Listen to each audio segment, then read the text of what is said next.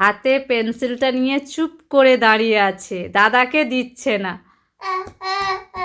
মিছামিছি কান্না।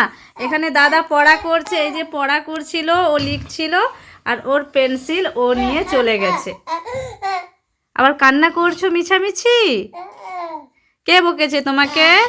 কে বকেছে?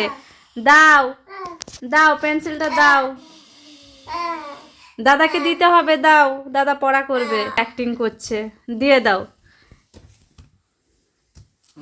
এই দেখো কি অবস্থা করছে। এই যে এটা পড়া হচ্ছে, লেখা হচ্ছে,